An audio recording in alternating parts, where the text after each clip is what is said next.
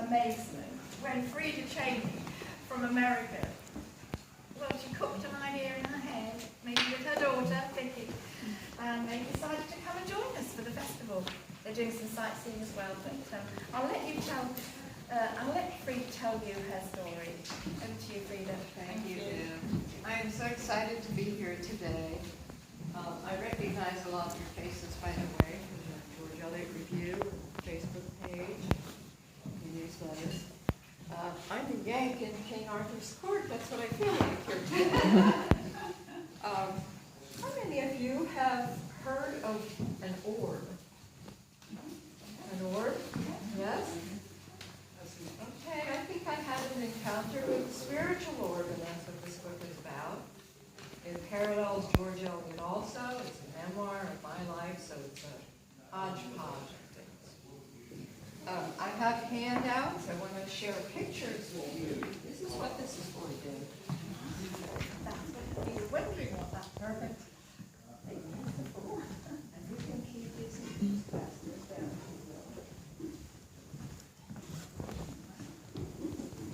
How many are George Eliot Fellowship members here?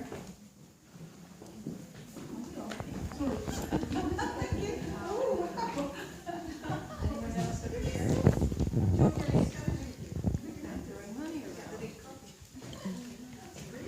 Anybody over here with the fellowship?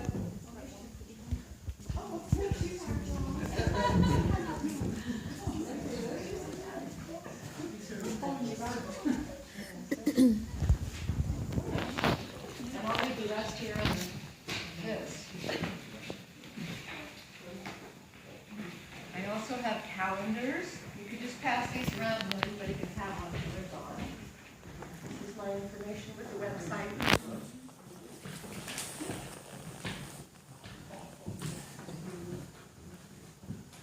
I've been installed, by the way. John gave me my official George Eliot pin today.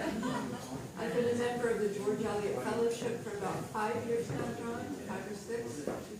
And I first visited the Warwickshire area in 2013 with my husband, Norman, who's a university professor of English. And he also teaches Shakespeare. And he visited here with me and we stayed at the Griff, and we had a fabulous time there. I actually looked at the Griff House for the first time and felt like it was my home. This is what I'm going to talk about.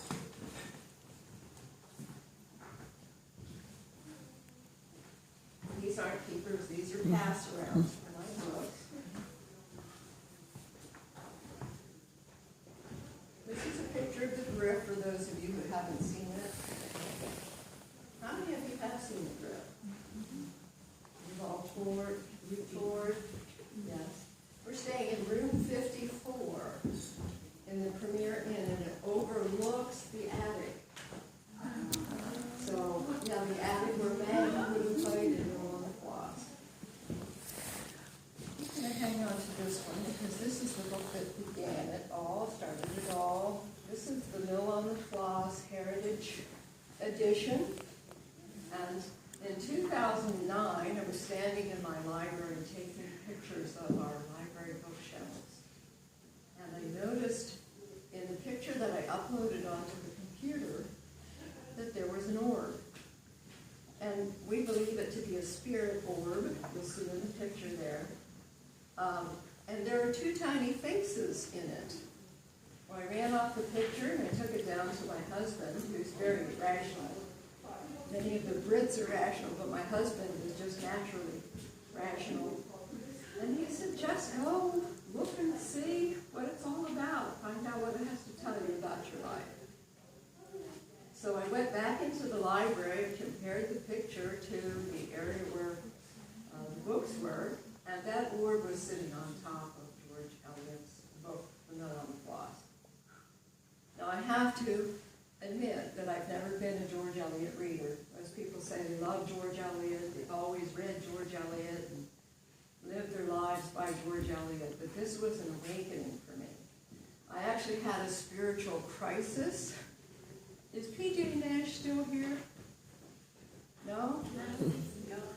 My book is a bit in his vein, like the afterlife, like I've lived before and I'm living again, or a parallel life. I've never really narrowed it down to one thing. I'm still confused, still searching, but the book tells a lot. Anyone else had an experience like that? No one's had a spiritual crisis or an emotional? Yeah. Nobody wants to say. So anyway, the orb was on this book, The Mill on the Floss, and I opened the book up, and there were beautiful paintings inside by Ray Manning. And Ray Manning is an artist from London, but not London, England, London, Ohio, very close to where I live. So I started looking through, and I noticed that the cover on the book has a thatched cottage, and I wrote a book about cottage living that has hand-painted thatched cottages on the front. This is a cottage, but it has the mill wheel for mill on the fly. So in 2009, I'm researching everything, and I'm finding all these parallels, and I decide I'm going to contact someone who is an orb expert. His name is Klaus Hyman, PhD. Anybody hear of him? No? Okay. He wrote a book on orbs. He's very famous. He's written 60 peer-reviewed papers and several books, including a book titled Expanding Perception. And this is exactly what happened to me. My perception was extremely expanded by this whole experience. It takes a lot of humility to stand up here and tell you that I had a spiritual crisis and that I went through this. I researched for 6 years before I wrote the book. And I find that every time I upload it to Amazon, I want to write something else. I want to change something else. I want to add to it and put it back out there again. So there may be a second book. But this is the book, this Karma Road, Walking Through Time, with George Eliot. And it's full color, and it is available on Amazon. When I came here in 2013, John Burton and his wife Linda took us searching around Coventry. We toured Coventry and Nuneaton, Bedworth, and he drove us down to Stratford so that my husband and I could enjoy a Shakespeare play down there. So we learned a lot about Warwickshire in 2013, and I went home with all of this information and decided I was going to try to pull the book together. Couldn't get a publisher because there are too many genres to that book. It's just out there and everywhere. So I published it myself through Amazon, CreateSpace Amazon. Anybody else publish on CreateSpace Amazon? Yeah? Okay. It's a wonderful way to publish because it's your book. You control it, you own it, you can go back and correct it. Once it's out there with a big publisher, you can't do that. And you make more money on Amazon as well. It's true. One of the parallels that I found with George Eliot is that I have Evans relatives, ancestry. This is my great-grandfather Joseph Evans and my grandmother Daisy Evans. And I researched and found, I'm sorry, I didn't scare you. No. Those are gravestones. This is Klaus Hyman, PhD, and his wife, Gundy. They're very big in the spiritual world.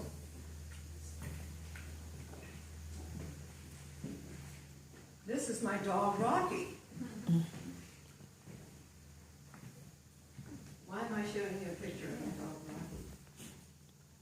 Can anybody guess? Matches the description. George Eliot's dog. George Eliot's dog looks like my dog, Rocky.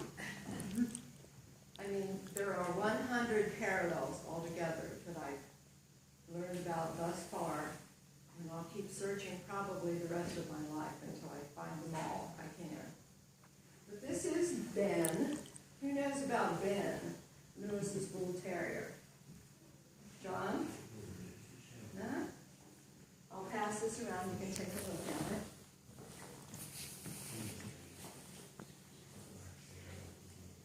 Okay. One of the reasons Viv wanted me to speak on this was that I'm a motivational mentor, and I've been writing for 40 years.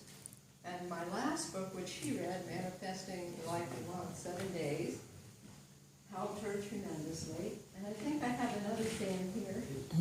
I have troll fans in England. You read 7 Days, and Palmer wrote, is that right? Yes. 7 Days really got me busy writing the book about George Eliot, because it gave me the motivation and the courage to write it. I decided I needed to do this, just move forward. As crazy as the story is, that I have this somehow parallel life with George Eliot. And so I went to New York with my daughter Vicki, and we bent spoons, walked on broken glass, ate fire. Am I missing anything? Oh yes, we broke the board. We had an exercise where we had to write what our obstruction was, what was stopping us, keeping us from reaching our goal. And mine was that I couldn't get this Eliot book published, when the fact is I just needed to publish a book and get it out there and get started, even if it wasn't this one. So I wrote on the board, make millions writing. Now, authors know that you don't make millions writing. You can make good money if you're smart about it, if you market well, if you know how to do your advertising, you have people behind you. You can make good money, but you're probably not going to make millions. But I thought if I'm a motivational mentor, I should ask for millions, right? So I did that, and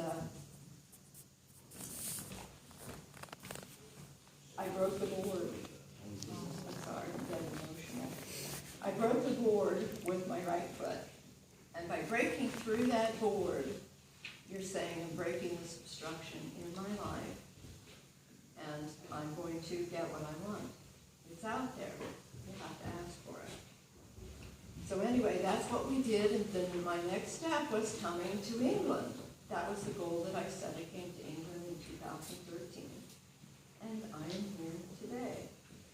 Viv also asked me here because she wanted me to talk about how George Eliot connects from the Warwickshire area to the U.S.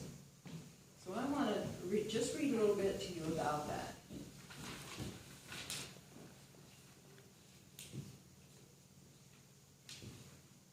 Eliot's opinion of the U.S.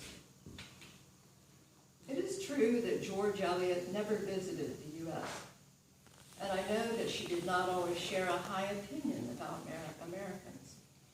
There were